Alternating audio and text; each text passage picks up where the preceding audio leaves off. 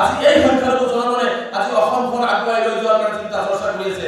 এই সংখ্যালঘু জনগণে সতীয়াৰ পৰা ধুবুৰীলৈকে 1 কোটি সংখ্যালঘু জনগণে আজি অসমীয়া ভাষা সংস্কৃতি আজি ৰক্ষা কৰি আছে। আজি অসমীয়া ভাষা সংস্কৃতি তেওঁলোকে অৱদান আগবঢ়াই আছে। অসমীয়া মাধ্যম তেওঁলোকে স্থাপন কৰিছে।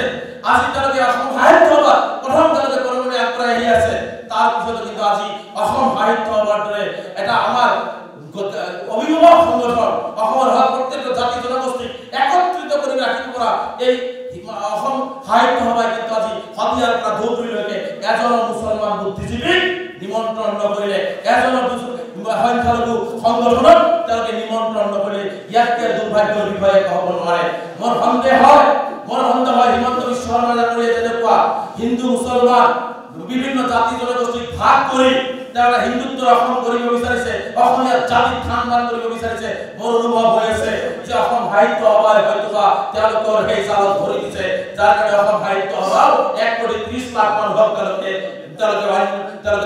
অসম সাহিত্য সভাৰ প্ৰতিটো কাৰ্যসূচীৰ পৰা বঞ্চিত কৰিছে।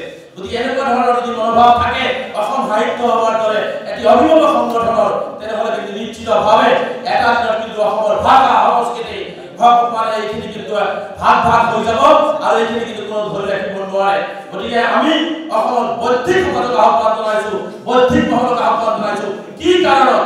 নে দিছপুৰৰ হেঁচা নে নাগপুৰৰ হেঁচা অসমৰ 1,30,00,000 সংখ্যালঘু অসম সাহিত্য সভাৰ সংগঠনৰ এজন বুদ্ধিজীৱীক তেওঁলোকে নিমন্ত্ৰণ কৰি অসম সাহিত্য সভাৰ যে অসমৰ সংখ্যালঘুসকল অবিচ্ছেদ্য অংগ এই কথাটো যে তেওঁলোকে অন্যায় কৰিলে, এই কথাটো আমি এক নকওঁ।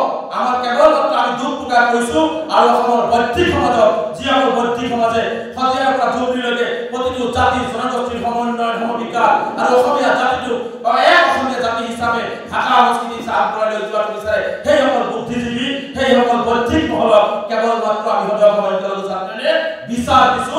এই বিচাৰ সময়ত তেওঁলোকে নিশ্চিতভাৱে অসমৰ সংখ্যালঘু ৰাইজৰ আগত জবাব দিব লাগিব, তাৰ কাৰণে তেওঁলোকক আহ্বান জনাইছো। আৰু এনেকুৱা ধৰণৰ যদি ভাগ হৈ দিছপুৰৰ নিৰ্দেশত যদি অসমৰ জাতি গঠন প্ৰক্ৰিয়াত ভাষা সংস্কৃতি জীয়াই ৰখা অসম সাহিত্য সভাই যদি সেই জালত ভৰি দিয়ে, তেনেহ'লে কিন্তু এটা দিনত কিন্তু বিভিন্ন জাতি জনগোষ্ঠী অসমৰ সাহিত্য সভাৰ পৰা আঁতৰি যাব আৰু অসমৰ ভাষা সংস্কৃতিৰ যি উত্থান সেই উত্থানত কিন্তু অৱনমিত সময়টো নিশ্চিত। তেতিয়া কিন্তু কোনেও কাকো দোষাৰোপ কৰিব নোৱাৰিব। এই কথাখিনিও কিন্তু আজি আমি স্পষ্টকৈ সতৰ্ক কৰি দিলো। আমি আজি হিমন্ত বিশ্ব শৰ্মা ডাঙৰীয়াক প্ৰত্যুত্তৰ দি আছো। প্ৰত্যুত্তৰ তেতিয়াই সফল হম আমি হিমন্ত বিশ্ব বৰদুজাৰ লগাই ভূমি বিটিচিৰ ভূমি নীতিয়ে আমাৰ শিক্ষক নীতিয়ে আজি আমাৰ মাদ্ৰাসা আমাৰ কলেজৰ ওপৰত আক্ৰমণ কৰে। ইয়াৰ যোগ্য প্ৰত্যুত্তৰ আমি কিহেৰে দিব লাগিব? কলমৰ জৰিয়তে দিব লাগিব। গতিকে 5 বছৰৰ কাৰণে সংখ্যালঘু ৰাইজ সংকল্প লওক যে এইজন হিমন্ত বিশ্ব শৰ্মা ডাঙৰীয়া আৰু এইজন হিমন্ত বিশ্ব শৰ্মা ডাঙৰীয়াৰ প্ৰতিটো অন্যায়ৰ জবাব আমি শিক্ষাৰ জৰিয়তে দিব লাগিব। সেইকাৰণে মই প্ৰত্যেকটো সভাতে কৈছো জেহাদ আমি কৰিম আৰু জেহাদ এইটো হৈছে শিক্ষাৰ জেহাদ, কলমৰ জেহাদ, জ্ঞানৰ জেহাদ। যি জেহাদৰ জৰিয়তে সকলোৱে ধাৰ পাৰি হিমন্ত বিশ্ব শৰ্মাৰ অন্যায় অত্যাচাৰ পাৰি আমি এদিন এখন ন্যায় প্ৰতিষ্ঠা ভাৰতবৰ্ষৰ বুকুত অসমৰ বুকুত প্ৰতিষ্ঠিত কৰিব পাৰিম, নিজৰ জাতিৰ উন্নয়ন আমি কৰিব পাৰিম। গতিকে আজি বড় ভাইসকলক আমি ধন্যবাদ দিব লাগিব। তেওঁলোকে জাতিৰ বিটিচি বিটিআৰ তাৰপিছত আগতো পাইছে আৰু তেওঁলোকে আগন্তুক দিনত কিবা নাপাব তাৰ মানে কৰিব নোৱাৰি। আপোনালোকে কিয় পাইছে? তেওঁলোকৰ আন্দোলন আছিল ঐক্যবদ্ধ, তেওঁলোকৰ একতা আছিলে, তেওঁলোকে যুঁজিব পাৰিছে, যুঁজাৰু মন আছিলে। গতিকে মই সংখ্যালঘু ৰাইজক আহ্বান জনাইছো যে আমি 33% মানুহ নিজৰ সাংবিধানিক দিয়া অধিকাৰৰ কাৰণে যুঁজাৰু মন আমি ল'ব লাগিব। আৰু এই যুঁজাৰু মন শিক্ষাৰ ক্ষেত্ৰতে হওক আমি অন্যান্য ক্ষেত্ৰত এক যুঁজাৰু মন মানসিকতা নিজৰ মাজতে তৈয়াৰ কৰি লৈ আমাৰ জাতিটোক আমি উদ্ধাৰ কৰিব লাগিব। কোনেও আমাক ভাত খুৱাই নিদিয়ে, আমাক অৰুণোদয় আঁচনি নালাগে, আমাক এটা আয়ৰ ঘৰ নালাগে, আমাক সৰু সুৰা চৰকাৰী আঁচনি নালাগে। এইবিলাকে আমাক পংগু কৰি আছে।